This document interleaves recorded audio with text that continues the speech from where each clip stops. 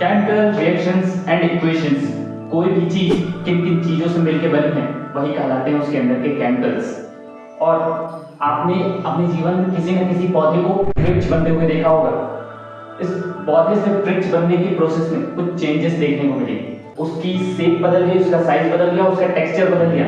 ये सारे जो चेंजेस हुए वो फिजिकल चेंज था, लेकिन उसके अंदर की स्ट्रेंथ, उसकी मजबूती जो चेंज हुई वो केमिकल चेंज था। इसी केमिकल चेंज के प्रोसेस को हम कह देते हैं केमिकल रिएक्शन। ये रिएक्शंस हम चाहें तो उस पौधे से पेड़ बनने की प्रोसेस को पूरे पैराग्राफ में लिख सकते हैं, पूरी लाइनों में लिख सकते हैं, स्टेटमेंट के फॉर्म में लिख सकते हैं, और उसी को चाहे तो हम सिंबॉलिक रिप्रेजेंटेशन में लिख सकते हैं, कुछ आसान भाषा में लिख सकते हैं।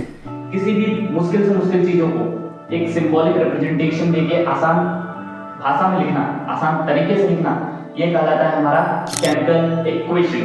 किसी भी केमिकल रिएक्शन को एक रिप्रेजेंटेशन देना, सिंबॉलिक रिप्रेजेंटेशन कहलाता है केमिकल इक्वेशन।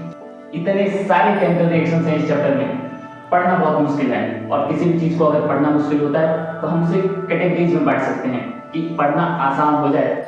आपके स्कूल में सारे बच्चों को एक साथ बैठा के पढ़ाना मुश्किल है, इसलिए उनको अलग अलग क्लासेस में बांट दिया जाता है कि ये क्लास अलग, ये क्लास अलग, उनको पढ़ाना आसान हो जाता है। ठीक उसी तरह इतने सारे रिएक्शंस को पढ़ना मुश्किल है, अगर उनको अलग अलग कैटेगरीज में बांट दें तो पढ़ना आसान हो जाएगा।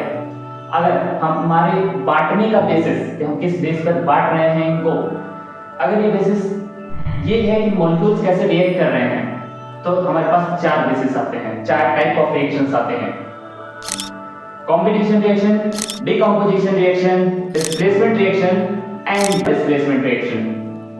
अगर बांटने का बेसिस इलेक्ट्रॉन का ट्रांसफर है कि इलेक्ट्रॉन का ट्रांसफर कैसे हो रहा है, तो हमारे पास तीन टाइप के रिएक्शन आते हैं, oxidation reaction, reduction reaction and redox reaction.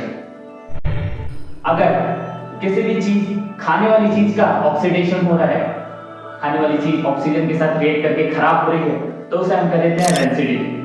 अगर कोई मेटेलिक सरफेस है, कोई मेटेलिक चीज है, उसका ऑक्सीडेशन हो रहा है और वो खराब हो रही है, तो इसे हम कोरोजन कर देते हैं।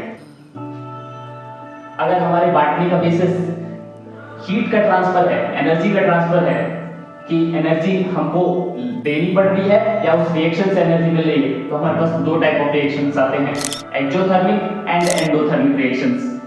ये सारे रिएक्शंस डिटेल में विद एग्जांपल्स आपको याद होनी चाहिए।